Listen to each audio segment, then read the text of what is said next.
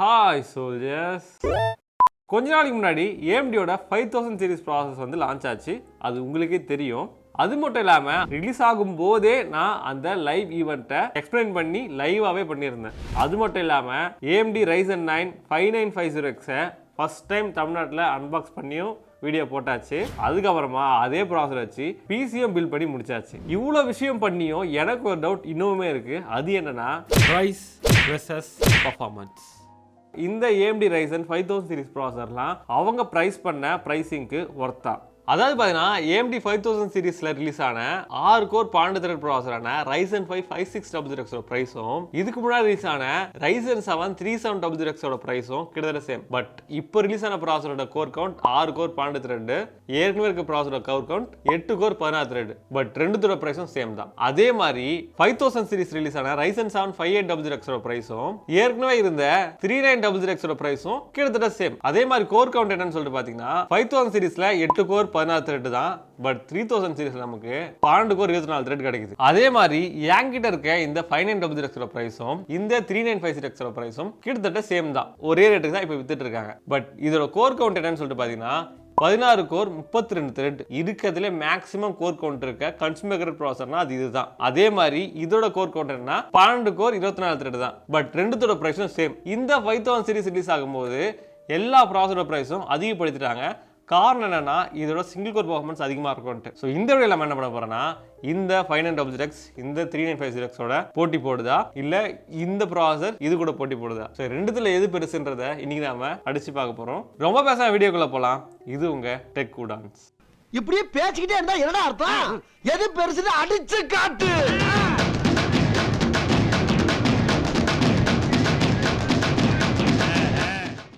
ஆக்சுவலாக இந்த வீடியோ பார்த்தீங்கன்னா டெக் கூடன்ஸில் வர வேண்டிய வீடியோவே கிடையாது. ஏன்னா டெக் கூடன்ஸில் நம்ம என்ன பண்ணுவோம்னா சமூகத்தில் இருக்கிற டெக்னாலஜி சார்ந்த மூட நம்பிக்கைகளை உடைக்கிறதா நம்மளோட இந்த டெக் கூடன்ஸோட வேலையே. பட் இந்த 3950X 5950Xன்ற விஷயம் வந்து மித்தா, அதை பார்த்தீங்கன்னா ஒரு மூட நம்பிக்கையான்னு கேட்டிங்கன்னா எஸ், அது என்ன அப்படின்னு சொல்லிட்டு பார்த்தீங்கன்னா நிறைய பேர் என்ன நினைக்கிறாங்கன்னா புது ப்ராசஸ் தான் அதிக பர்ஃபார்மன்ஸ் கொடுக்கும்னு நினைக்கிறாங்க. அதே மாதிரி இன்னொரு சைடில் என்ன நினைக்கிறாங்கன்னா அதிகமான கோர் கவுண்ட் இருந்தால் தான் அதிகமான பர்ஃபார்மன்ஸ் நினைக்கிறாங்க. ஸோ இதில் எது மித்து, எது ஒரிஜினல், எது உண்மை அப்படின்றத தான் இந்த வீடியோவில் பார்க்க போகிறோம். அதனால தான் இந்த வீடியோ டெக் கூடான்ஸ். இப்போ என்கிட்ட AMD 5000 சீரிஸ்ல இருந்து AMD Ryzen 9 5900X இருக்கு. அதே மாதிரி 3000 சீரிஸ்ல இருந்து AMD Ryzen 9 3950X இருக்கு. ஆக்சுவலா ரெண்டு ப்ராசஸருமே வேற வேற ப்ராசஸர். அது 16 கோர், இது 12 கோர். இது ரெண்டுத்தையும் கம்பேர் பண்ணக்கூடாது. பட் ஏன் கம்பேர் பண்றோம்? ஏற்கனவே சொன்ன மாதிரி ரெண்டுத்தோட பிரைஸும் கிட்டத்தட்ட சேமா தான் வித்துட்டு இருக்காங்க. ஸோ அதனால தான் இந்த ரெண்டு ப்ராசஸரையும் கம்பேர் பண்றோம். சரி, ஓகே. இப்போ நம்ம என்ன பண்ணலாம்னா இந்த ப்ராசஸரை இந்த பிசில போட்டு பெஞ்ச்மார்க் பண்றதுக்கு முன்னாடி இந்த ப்ராசஸர்ல ஆன் த பேப்பர்ல என்னென்ன ஸ்பெக் இருக்கு அப்படின்றத பத்தி பார்ப்போம். இந்த AMD Ryzen 9 5900X பார்த்தீங்கன்னா ஒரு 12 கோர் 24 த்ரெட். அது மட்டும் இல்லாமல் இது 5000 சீரிஸ் ப்ராசஸர்னால இதில் யூனிஃபைட் கேஷ் இருக்குது. யூனிஃபைட் கேஷ் அப்படின்னா என்னன்னு சொல்லிட்டு ஆல்ரெடி 5950X அன்பாக்சிங்கில் ரொம்ப கிளியராகவே எக்ஸ்பிளைன் பண்ணியிருப்பேன், அதுவும் அனிமேஷனோட. ஸோ அந்த வீடியோட லிங்க் ஐ கார்டில் தர, செக் பண்ணி பாருங்கள். அண்ட் அது தவிர்த்து பார்த்தீங்கன்னா இதில் 4.8 GHz பூஸ்ட் கிளாக் மேக்ஸு, அது மட்டும் இல்லாமல் இது 7 MB கேஷ் இருக்குது. ஸோ இதோட ப்ரைஸ் பார்த்தீங்கன்னா இப்போதைக்கு கிட்டத்தட்ட 66,000 ரூபாய்க்கு விற்கிறாங்க. காரணம்னா சப்ளைஸ் ரொம்ப கம்மியாக இருக்குன்னு சொல்லிட்டு. ஸோ ஆரம்பத்துலேருந்தே இதோட சப்ளைஸ் ரொம்பவே கம்மியாக தான் இருக்குது. ஸோ ஆரம்பத்துலேருந்தே இதோட ப்ரைஸ் அதிகமாக தான் இருக்குது. இந்த சைடில் என்கிட்ட AMD 3950X இருக்குது. அண்ட் இதோட கோர் கவுண்ட் என்னன்னு சொல்லிட்டு பார்த்தீங்கன்னா இது ஒரு 16 கோர் 32 த்ரெட் ப்ராசஸர். இது வரைக்கும் இருக்கிற கன்சூமர் கிரேட்லேயே அதிகமான கோர் கவுண்ட் இருக்கிற ப்ராசஸர் இதுதான். இதுக்கப்புறம் 5950X. அண்ட் இது பார்த்தீங்கன்னா 3000 சீரிஸ் ப்ராசஸர்னால இதில் யூனிஃபைட் கேஷ் கிடையாது. ஸோ இது ரெண்டு வித்தியாசம் என்னன்னா யூனிஃபைட் கேஷ் மட்டும்தான். மற்றபடி மீதி எல்லாமே சேம் தான். கேஷ் பொறுத்த வரைக்கும் இதை விட இது அதிகம். அதே மாதிரி கோர் கவுண்ட்டும் அதிகம்.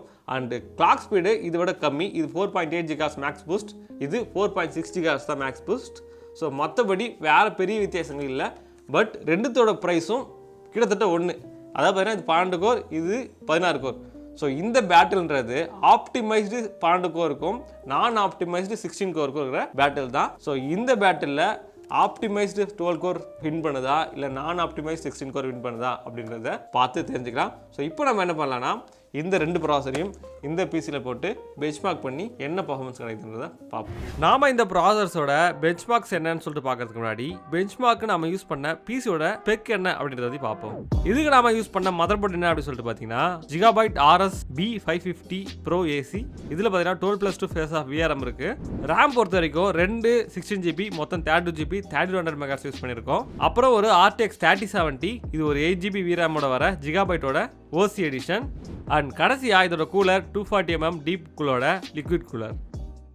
எப்பயும் போல் நாம பெஞ்ச்மார்க்கை சிந்தட்டிக் பெஞ்ச்மார்க்கான சிரிபெஞ்ச்லேருந்து ஆரம்பிப்போம். சிரிபெஞ்ச் R15ஓட பெஞ்ச்மார்க் பார்த்தீங்கன்னா ஏற்கனவே நான் எக்ஸ்பெக்ட் பண்ண மாதிரி தான் வந்திருக்கு. அதாவது பார்த்தீங்கன்னா இந்த 5900X ப்ராசர் பார்த்தீங்கன்னா சிங்கிள் கோரில் அதிகமாக பர்ஃபார்ம் பண்ணியிருக்கு. காரணம் என்னன்னா இதோட யூனிஃபைட் கேஷ் தான். பட் அதே மாதிரி நான் எக்ஸ்பெக்ட் பண்ண மாதிரி 395ZX அதிகமான மல்டிகோர் பர்ஃபார்மன்ஸ் கிடச்சிருக்கு. ஸோ இதே மாதிரி R20 அண்ட் R23 பார்ப்போம். R20யுமே சேம் தான், எந்த ஒரு வித்தியாசமும் இல்லை. அதே மாதிரி மல்டிகோர் வந்து பார்த்தீங்கன்னா 395ZXல அதிகமாக இருக்குது, சிங்கிள் கோர் 5900Xல அதிகமாக இருக்குது. அதே மாதிரி R23யும் அதே கதை தான், மல்டிகோர் வந்து 395ZX அதிகம், சிங்கிள் கோர் 5900X அதிகம். இதோட காரணம்னா இதோட யூனிஃபைட் கேஷ் தான். ஸோ யூனிஃபைட் கேஷ்னா என்னன்னு சொல்லிட்டு வீடியோ பண்ணியிருக்கேன், ஐக்கார்டில் செக் பண்ணி பார்த்துங்க. ஸோ இந்த சிந்தட்டிக் பெஞ்ச்மார்க் வச்சு நம்ம ஒரு முடிவு பண்ணலாம். அது என்னன்னா கண்டிப்பாக மல்டிகோர் பர்ஃபார்மன்ஸில் நம்மளோட 395ZX தான் நல்லா பர்ஃபார்ம் பண்ணியிருக்கு. ஸோ மல்டிகோர் பர்ஃபார்மன்ஸ் நல்லா பர்ஃபார்ம் பண்ணியிருக்குன்னா என்ன அர்த்தம்னா ப்ராடக்டிவிட்டிக்காக நீங்கள் பிசி பில் பண்ணினா கண்டிப்பாக இந்த 395ZX வச்சு பில் பண்ணிக்கலாம். இந்த 5900X வாங்குறது ஒர்த்து கிடையாது. பட் அதே மாதிரி அந்த சிங்கிள் கோர் பர்ஃபார்மன்ஸை பார்க்கும்போது என்ன தெரியுதுன்னா இந்த ப்ராசர் பார்த்தீங்கன்னா அதிகமான கேமிங் பர்ஃபார்மன்ஸ் கொடுக்கும் அப்படின்றது தெரியுது. அப்படிதான் தெரியுது. பட் ஆனால் ஒரு அதிர்ச்சி என்னன்னா கேமிங் பர்ஃபார்மன்ஸ் தான். ஸோ இப்போ நம்ம என்ன பண்ணலாம்னா கேமிங் பர்ஃபார்மன்ஸையும் பார்ப்போம், என்ன கிடைக்குது அப்படின்னு சொல்லிட்டு. சிந்தட்டிக் பெஞ்ச்மார்க்ஸை பார்த்துட்டு சிங்கிள் கோர் பர்ஃபார்மன்ஸ் அதிகமாக கிடைக்கிறதுனால இந்த 5900X கேமிங் பர்ஃபார்மன்ஸ் நல்லா பர்ஃபார்ம் பண்ணணும்னு நினச்சேன். பட் உண்மை என்னன்னா RDR2 அதை பார்த்தீங்கன்னா ரெட் டெட் ரெடெம்ப்ஷன் 2ல பார்த்தீங்கன்னா நம்மளோட 395ZX 5900Xோட 5 FPS அதிகமாகவே கொடுக்குது 3070ல. அதே மாதிரி அசாசின்ஸ் கிரீட் வல்லாலையும் கிட்டத்தட்ட 2 FPS 5900Xோட அதிகமாக கொடுக்குது. அதே மாதிரி சைபர் பங்க்லையும் 4 FPS 395ZX அதிகமாக கொடுக்குது. பிராவோ. ஆக்சுவலாக பார்த்தீங்கன்னா இந்த சிந்தட்டிக் பெஞ்ச்மார்க் பார்த்துட்டு நானுமே பார்த்தீங்கன்னா கண்டிப்பாக இந்த 5900X தான் கேமிங் பெஞ்ச்மார்க்ஸில் அதிகமாக வரும், கேமிங் பர்ஃபார்மன்ஸில் அதிகமாக வரும்னு சொல்லிட்டு. ஏன்னா சிந்தட்டிக் பெஞ்ச்மார்க்ன்றது சிந்தட்டிக் தான். ஸோ ரியல் டைம் பெஞ்ச்மார்க்ஸ் பண்ணும்போது தான் நமக்கு எது நல்லா பர்ஃபார்ம் பண்ணுதுன்றது கண்டிப்பாக தெரியும். ஸோ ரியல் டைம் பர்ஃபார்மன்ஸ் அதை பார்த்தீங்கன்னா உண்மையாக கேம் ஆடி பார்க்கும்போது நமக்கு தெரியுது இந்த 395ZX உண்மையாகவே இந்த 5900Xோட கேமிங்லேயும் நல்லா பர்ஃபார்ம் பண்ணுது. ஸோ இப்போ நம்ம என்ன பண்ணலாம்னா நம்மளோட ப்ராடக்டிவிட்டி அதை பார்த்தீங்கன்னா ரியல் டைம் ப்ராடக்டிவிட்டி பெஞ்ச்மார்க்ஸ் என்னென்ன இருக்குது அப்படின்றத பற்றி பார்ப்போம். நம்மளோட ரியல் டைம் ப்ராடக்டிவிட்டி பெஞ்ச்மார்க்ஸ்ல பிரீமியர் ப்ரோல இருந்து ஸ்டார்ட் பண்ணுவோம். ஸோ பிரீமியர் ப்ரோ நமக்கு டைம்லைன் பர்ஃபார்மன்ஸ் பற்றி கவலைப்பட தேவையில்ல. ஏன்னா ரெண்டு ப்ராசஸுமே வேற லெவல் ப்ராசஸர் தான், ஹை எண்ட் ப்ராசஸர் தான். கண்டிப்பாக டைம்லைன்லாம் கஷ்டமே படாது, கண்டிப்பாக நல்லா ப்ளே பண்ணிக்கும். பட் ரெண்டரி பர்ஃபார்மன்ஸ் என்ன கிடைக்குது அப்படின்றத பற்றி பார்க்கலாம்.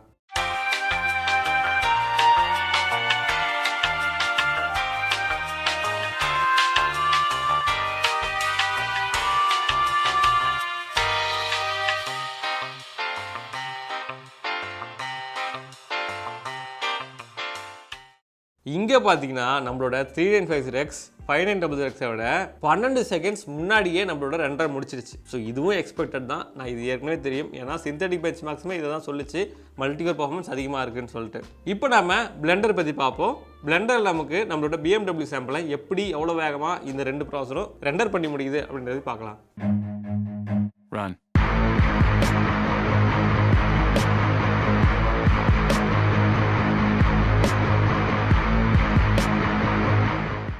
இப்போ பார்த்தீங்கன்னா நம்மளோட பிளெண்டரோட BMW சாம்பிளும் ரெண்டர் ஆகிடுச்சு. ஸோ இதில் பார்த்தீங்கன்னா அகைன் நம்மளோட 395ZX தான் 5900Xோட 17 செகண்ட் முன்னாடியே ரெண்டரை முடிச்சிருச்சு. இது full and fully CPU render, GPU render கிடையாது. ஏன்னா நம்ம CPU தான் நம்ம கம்பேர் பண்ண போகிறோம், அதனால தான் CPU ரெண்டர் பண்ணியிருக்கேன். இப்போ நம்ம நம்மளோட பிரீமியர் ப்ரோ ரெண்டரும் பார்த்தாச்சு, பிளெண்டரோட ரெண்டரிங் பர்ஃபார்மன்ஸும் பார்த்தாச்சு. இப்போ நம்ம என்ன பண்ணலாம்னா வீரோட பர்ஃபார்மன்ஸ் என்னன்னு சொல்லிட்டு பார்ப்போம். ஸோ வீரில் பார்த்தீங்கன்னா அகைன் நம்மளோட 395ZX தான் அதிகமான பர்ஃபார்மன்ஸை கொடுத்துருக்கு 5900Xோட. ஸோ எந்த அளவுக்கு அப்படின்னு சொல்லிட்டு பார்த்தீங்கன்னா வீரில் நம்மளோட 5900X 24198 ஸ்கோரும் நம்மளோட 395ZX 25078 ஸ்கோரும் கிடைச்சிருக்கு. ஸோ நம்ம பார்த்த எல்லா பெஞ்ச்மார்க்லையுமே இந்த 395ZX தான் அதிகமான பர்ஃபார்மன்ஸ் கொடுத்துருக்கு. அப்புறம் ஏன் இந்த ப்ராசரோட பிரைஸ் இந்த ப்ராசருக்கு ஈக்குவலாக கோட் பண்ணியிருக்காங்க? இதான் நம்மளோட கேள்வி.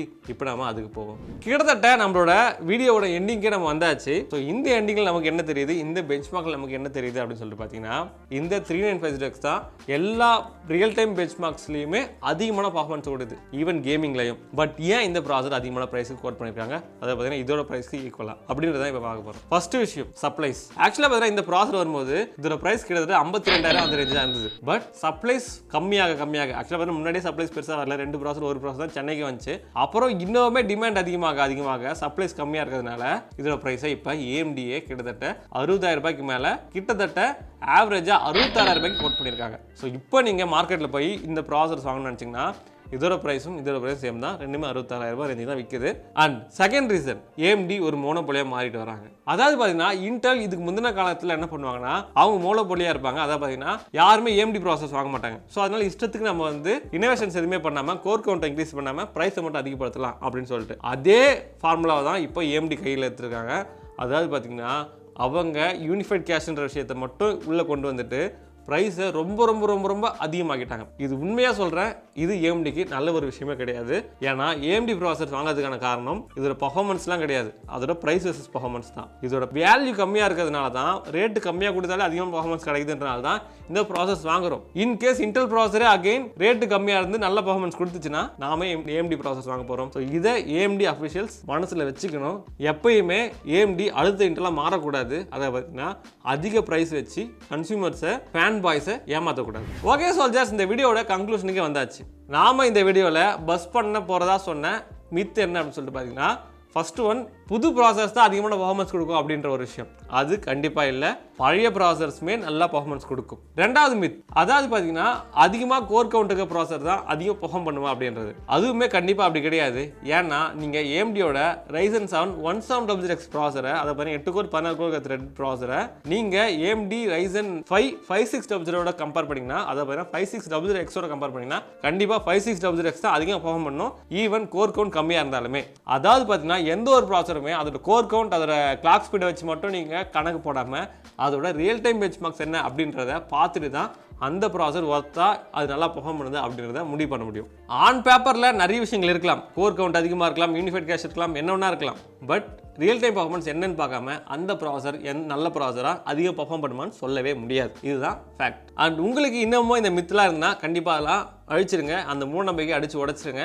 இனிமேல் அந்த மூட நம்பிக்கையை நீங்கள் ஃபாலோ பண்ண வேண்டிய அவசியம் இல்லை. ஏன்னா இது நம்ம ப்ரூவ் பண்ணியாச்சு, இந்த 3950X நல்லா பெர்ஃபார்ம் பண்ணும். அதாவது பார்த்தீங்கன்னா எந்த ஒரு ப்ராசரையும் பெஞ்ச்மார்க் பண்ணி பார்க்காம அதோட பெர்ஃபார்மன்ஸ் நம்ம சொல்ல முடியாது. வெறும் அதோட ஜென்ரேஷன் வச்சு மட்டுமும் அது ஃபாஸ்ட்டாக இருக்குன்னு சொல்ல முடியாது, அதோட கோர் கவுண்ட் வச்சு மட்டுமே அது ஃபாஸ்ட்டாக இருக்குன்னு சொல்ல முடியாது. பெஞ்ச்மார்க் தான் எல்லாத்த பற்றியும் பேசும்.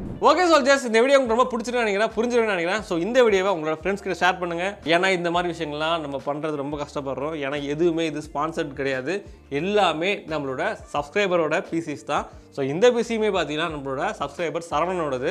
ஸோ அவருக்கு ரொம்ப ரொம்ப தேங்க்ஸ். ஏன்னா இந்த பிசி நாங்கள் பெஞ்ச்மார்க் பண்ணுறதுக்கு அலோவ் பண்ணது. ஆக்சுவலாக இந்த பிசி நாம தான் பில் பண்ணோம், பட் இருந்தாலுமே டைம் கொடுத்து இந்த பிசியை வந்து பெஞ்ச்மார்க் பண்ணுறது கொடுத்தாரு இல்லையா. ஸோ அதுக்கு ஒரு மிக தேங்க்ஸ். ஸோ ஏற்கனவே நம்ம வீடியோஸ் எதுவுமே ஸ்பான்சர் கிடையாது, எதுவுமே வந்து ரிவ்யூ யூனிட்ஸ் கிடையாது. எல்லாமே நம்மளோட சப்ஸ்கிரைபர் வந்து பிசி பில் பண்ண சொல்லி கேட்குறாங்க இல்லையா, சோல்ஜர் பிசி பில். ஸோ அதில் இருக்க காம்பனன்ட் வச்சு நம்ம வீடியோ பண்ணுறோம். ஸோ அதே மாதிரி எல்லாமே கஷ்டப்பட்டு தான் பண்ணுறோம். சில பொருள் பார்த்தீங்கன்னா நம்மகிட்ட இல்லாத போது நம்ம காசு கொடுத்து தான் வாங்க வேண்டியதாக இருக்குது. ஸோ இந்த மாதிரி நிறைய விஷயங்கள் பண்ணுறோம். ஏன் அதே மாதிரி இந்த 3950X ஏன் நான் ஓன் காசு போட்டு தான் வாங்கி தான் வீடியோ பண்ணுறேன். ஸோ இதோட ப்ரைஸ் ஏற்கனவே சொன்ன மாதிரி 66,000 ரூபாய். ஸோ அவ்வளோ அமௌண்ட் கொடுத்து தான் வாங்கியிருக்கேன். ஸோ எதுக்காகனா வீடியோ பண்ணுறதுக்காக தான். சரி ஓகே சோல்ஜர்ஸ், இந்த வீடியோ ரொம்ப பிடிச்சிருக்கேன். பிடிச்சா லைக், ஷேர், கமெண்ட் இதெல்லாம் கண்டிப்பாக பண்ணுங்கள். கண்டிப்பாக லைக் பண்ணுங்கள் அண்ட் உங்கள் ஃப்ரெண்ட்ஸுக்கு ஷேர் பண்ணுங்கள். ஏன்னா அப்போ தான் இந்த விஷயம் நிறைய பேருக்கு போய் சேரும். அதாவது பிசி பில்டிங் கம்யூனிட்டி, அதாவது பிசியை பற்றி டெக்னாலஜியை தேடுற கம்யூனிட்டி பெருசாக மாறும். அந்த நம்பிக்கை எனக்கு இப்போவுமே நிறைய இருக்குது. உங்களை நம்பி தான் நிறைய விஷயம் நான் பண்ணிட்டு இருக்கேன். சரி ஓகே சோல்ஜர்ஸ், உங்களை அடுத்த வீடியோவில் பார்க்குறேன். அது வரைக்கும்